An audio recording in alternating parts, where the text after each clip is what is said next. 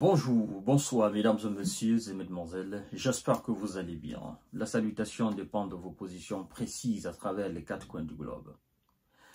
Les mêmes occidentaux qui soutiennent M. Paul Kagame et son armée contre la RDC, c'est les mêmes qui soutiennent et qui font la G à la Russie sur le territoire ukrainien. Ne vous trompez pas d'analyse. Les mêmes qui soutiennent M. Paul Kagame et son armée contre la RDC, ce sont les mêmes qui sont en train de faire la G à la Russie sur le territoire ukrainien. Nous l'avons plusieurs fois expliqué, l'origine de cette situation.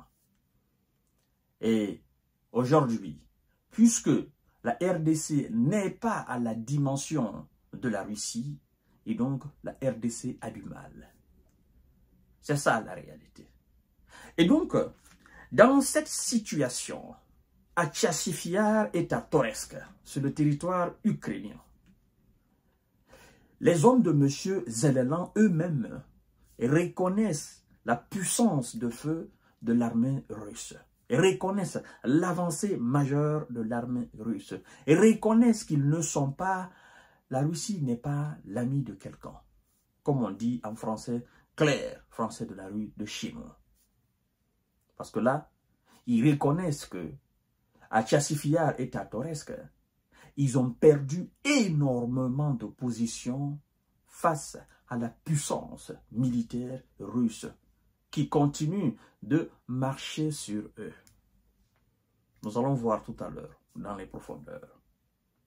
Mais avant de poursuivre le visionnage de l'émission, je vous invite à la partager dans tous les groupes possibles, à continuer à vous abonner à notre chaîne YouTube Kanteji Visionnaire Le Vrai, activer la cloche de notification pour ne plus rater nos émissions, mesdames et messieurs.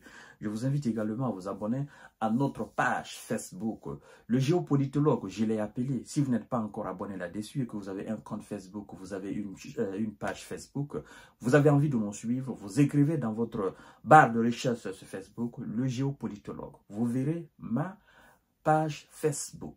C'est ma nouvelle page.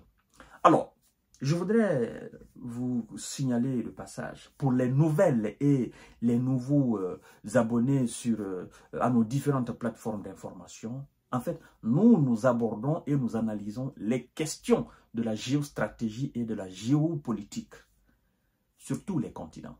L'Europe, l'Afrique, l'Asie, l'Amérique. Donc, nous ne sommes pas seulement commentateurs de l'Ukraine, commentateurs de ce qui se passe en RDC, commentateurs de ce qui se passe aux États-Unis. Nous abordons toutes les questions liées à la géostratégie. Ça, je voudrais qu'on soit clair là-dessus. D'accord? Voilà. Alors, nous allons directement au sujet. Écoutez bien, ça, c'est l'armée de M. Zelensky lui-même qui reconnaît la destruction de plusieurs de ses positions à Tchassifiar et à Toretsk. L'armée de M. Zelensky reconnaît la destruction de plusieurs de ses positions à Tchassifiar et à Toretsk. Le groupe opérationnel Khortytsia de l'armée ukrainienne annonce ce jeudi 30 janvier 2025 la destruction de plusieurs de ses positions à Tchassifiar et Toretsk, dans l'oblast de Donetsk. Il continue en disant ceci. Des mesures sont prises pour éviter que la situation tactique ne se détériore. Fin de citation. Écrit-il sur Telegram sans en préciser la nature. Laissez-moi vous expliquer quelque chose et vous rappeler aussi de quelque chose. Ce groupement opérationnel Khortytsia, vous vous rappelez, ce sont eux qui étaient au sud, au niveau de Upfenouka, où le site ukrainien qui cartographie l'avancée majeure des Russes qu'on appelle DeepStatMap nous a informé que les populations doivent quitter la localité. Ils ont perdu Upfenouka et ses agglomérations, vraiment. Deuxièmement, ce sont eux qui étaient au niveau de Kourakov. Et La même chose qu'ils ont dit en quittant à Ofenika, c'est la même chose qu'ils ont dit en quittant à Kourakov. À de Kourakov, ils sont allés dans une autre localité. Et de là aussi, ils se retrouvent aujourd'hui au niveau de Tchassifiar et de Toresk. Qu'est-ce que ça implique? Quand ils parlent de plusieurs positions. En fait, ce n'est pas seulement qu'on détruit plusieurs positions. On ne le fait pas à travers des opérations aériennes. Non. Ce sont des éléments de M. Vladimir Poutine, qui sont sur le sol et qui avancent. Puisque Poutine a annoncé que jusqu'à présent, les signaux venant des États-Unis d'Amérique ne se sont pas encore manifestés pour une éventuelle négociation. D'accord? Parce que lui dit, si nous voulons négocier, et si la partie occidentale veut négocier, vu que c'est elle qui nous fait la guerre sur le territoire ukrainien et elle est dominée par Washington, alors nous allons directement négocier avec Washington. L'Ukraine ne représente absolument rien pour nous. Et les pays de l'Europe occidentale, donc alliés ou alignés des États-Unis, parce que ce sont des vassaux, eux ils ne prennent aucune décision, c'est Washington qui prend tout. Donc nous allons directement négocier avec leur général, le général Donald Trump. Donc ce sont les deux généraux qui vont négocier, qui vont parler de négociation.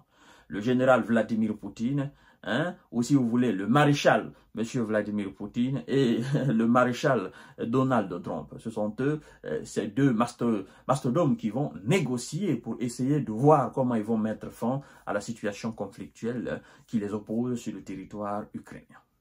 Et donc, la Russie avance. Elle avance encore et encore. Et je ne cesse de vous le dire. Aujourd'hui, même si vous posez la question à ces médias occidentaux, ils vous diront la Russie n'occupe que 18 à 20%. Depuis 2022, 2023, pour eux, la Russie n'occupe que 18 à 20%. Je vous ai dit que c'est faux. Si ils ne font pas attention, la défense russe va nous informer dans quelques mois qu'elle occupe dorénavant 40%. Parce que Vladimir Poutine a dit carrément, le problème c'est dans le Grand Donbass. Le Grand Donbass.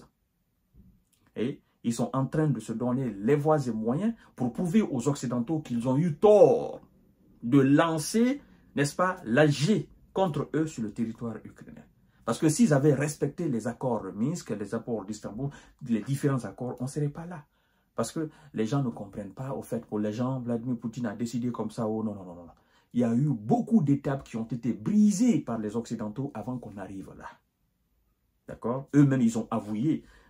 Nous n'étions pas là pour respecter des accords. Nous avons profité seulement de ce petit temps, armé de façon suffisante l'Ukraine et former voilà, les soldats, mais aussi envoyer nos experts sur le terrain afin de faire la G à la Russie. Le but était de déstabiliser la Russie. Le but était de disloquer la Russie. Le but était effectivement que le peuple russe se rebelle contre son chef et que voilà, la grande Russie, on met à terre et puis c'est terminé. Mais ils ont échoué. Et donc, la Russie avance. La Russie avance. C'est pourquoi ils disent, il faut qu'on fasse cela en Ukraine. Sinon, après l'Ukraine, la Russie sait que c'est nous qui faisons la G contre elle sur le territoire ukrainien. Le problème n'est pas l'Ukraine. Le problème, c'est non. Alors, est-ce que, après avoir effectivement conquis l'Ukraine, la Russie va se limiter là ou elle va continuer vers la Pologne? Mais Vladimir Poutine a dit, nous n'avons pas l'intention d'aller en Pologne ou attaquer un pays de l'OTAN. Non. C'est vous qui êtes venus nous faire la G. Parce que si vous aviez respecté vos paroles données, ce que nous avons signé, on ne serait pas là. Vous ne l'avez pas fait. Vous avez voulu l'action militaire. Et donc, c'est tout. Mesdames et messieurs et mesdemoiselles, je vous reviens tout à l'heure. La situation, elle est compliquée pour les Otaniens sur le territoire ukrainien. Cessons maintenant de parler de l'Ukraine. Ce sont les Otaniens, n'est-ce pas, qui font face à la Russie. Voilà. Tenez-vous bien. Je vous reviens tout à l'heure.